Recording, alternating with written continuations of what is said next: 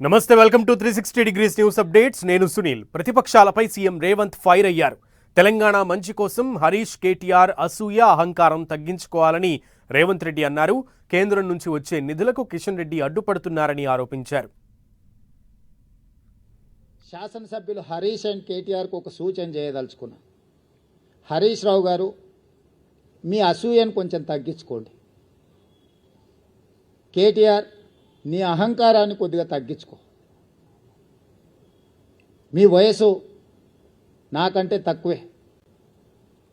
ఇంకా చాలా రోజులు మనం రాజకీయాలలో కొనసాగాల్సిన అవసరం ఉన్నది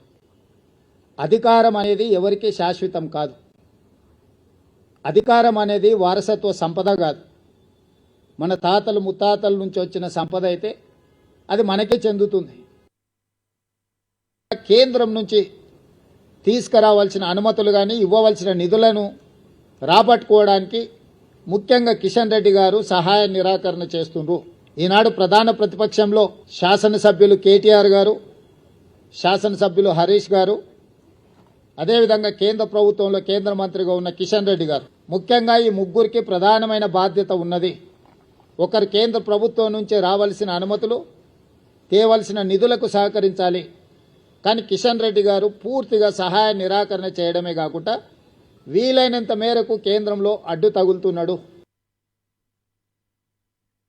రేపు 17th క్యాబినెట్లో అవన్నీ డిస్కషన్ జరుగుతాయి 17 తారీఖు రోజు క్యాబినెట్ సమావేశం ఉన్నది క్యాబినెట్ సమావేశంలో మంత్రులందరూ సూచనలు తీసుకున్న తర్వాత